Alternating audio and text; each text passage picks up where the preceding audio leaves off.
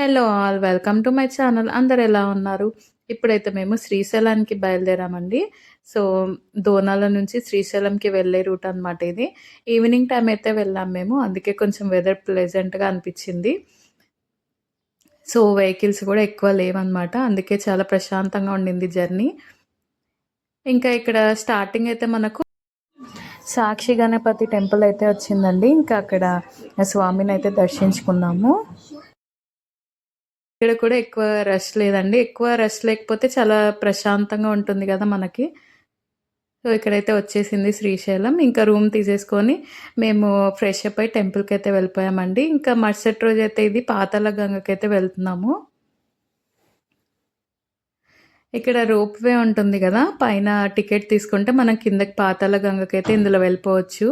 కొంచెం పిల్లలతో వెళ్ళాలి అంటే కష్టం గదా! వాళ్ళు నడవలేరు. అందుకే ఇందులో అయితే వెళ్ళాము. అండ్ మా హియాన్ అయితే ఇది ఎక్కాలంటే భయపడుతున్నాడండి. ఏడుస్తున్నాడనమాట. ఇంకా స్టార్ట్ అయిపోయింది ఇది.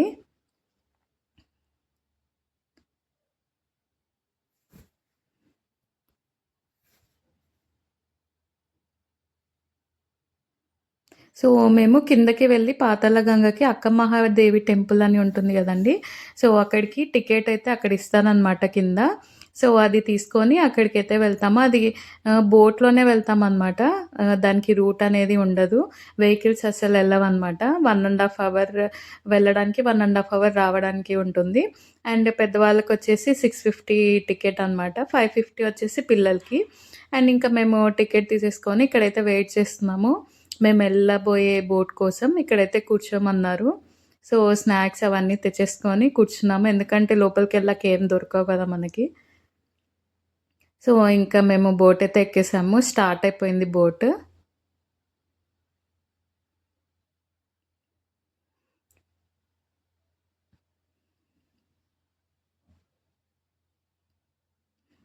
ఇదేమో ఇక పాతాళ గంగలో స్నానాలు చేసే ప్లేస్ అండి ఇక్కడ. అక్కడ కనిపిస్తుంది గదా! అక్కడ. ఇంకా ఇదైతే రిజర్వాయర్ గేట్స్ అయితే కనిపిస్తున్నాయి గదా! సో, నార్మల్‌గా అయితే అక్కడి దాకా గూడా వెళ్తుందండి బోట్. దానికొచ్చేసి 80 రూపీస్ అనమాట పర్ పర్సన్. ఇంకా మాకి ఇందులోనే కవర్ అయిపోతుంది. అక్కడికెళ్ళేసి బోట్ అయితే లెఫ్ట్ తిరిగేసి ఎళ్ళిపోతుంది.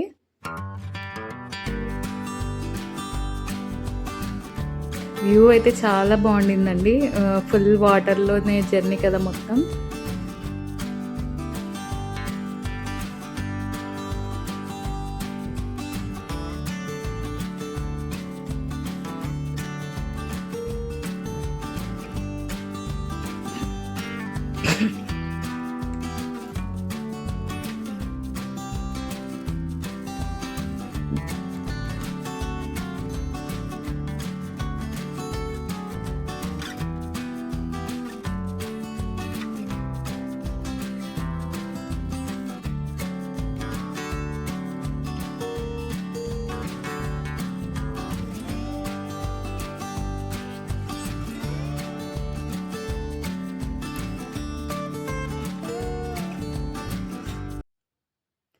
ఇంకా ఇక్కడైతే అక్క మహాదేవి కేవ్స్ అయితే వచ్చేసాయండి. ఇంకా ఇక్కడ నుంచి కొంచెం నడిచైతే వెళ్ళాలి.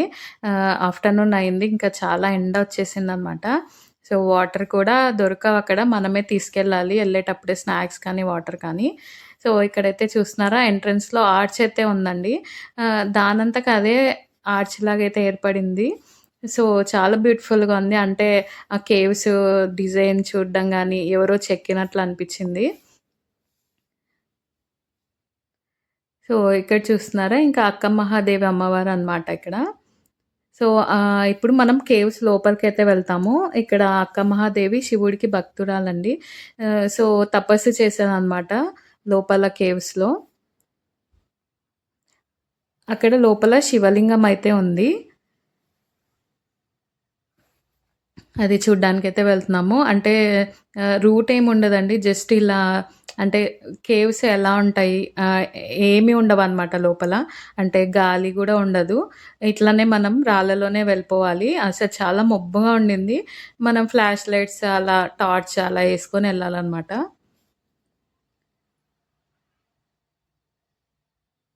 ఇలా అయితే ఉన్నాయి బండరాళ్ళు అట్లా లోపల. సో, చెప్పులు గూడా బయటే వదిలేస్తాం గదా! ఇంకా లోపలికెళ్ళాక ఒక పాజిటివ్‌నెస్ అయితే వస్తుందండి. మనకప్పటిదాకా ఉన్న అలసట గూడా ఎళ్ళిపోతుందనమాట. ఎలా ఉన్నా, మట్టి ఉన్నా, ఏదున్నా నడవాలనిపిస్తది. అదే కదా మనకి దేవుడి మహిమ అంటారు గదా! అలా. సో, ఫ్లాష్ లైట్ ఏసుకొనైతే వెళ్ళాలి. కింద అసలు ఏమి కనిపించదు. మన లెగ్స్ దగ్గర లైట్ లేనిదే మనం ముందుకు నడవలేమనమాట. ఇక్కడ చూసారా మొత్తం దానంతకదే ఎలా డిజైన్ లాగా ఏర్పడిందో. సో, లోపలికి కూడా అందరిని ఒకటేసారి పంపరండి. ఒక్కొక్కరిని పంపిస్తారు. ఒక ఇద్దరు అలా ఎళ్ళొచ్చనమాట. బాగా చెమటైతే వచ్చేస్తుంది లోపల.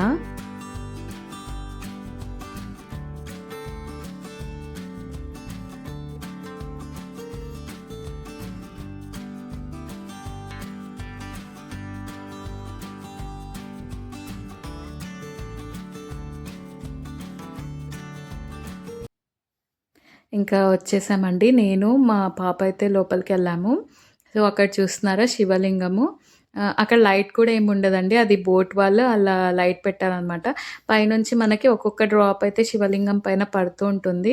అంటే అంటే అభిషేకం కూడా పైనుంచి సహజ సిద్ధంగా అయితే పడుతూ ఉంటుంది వాటర్.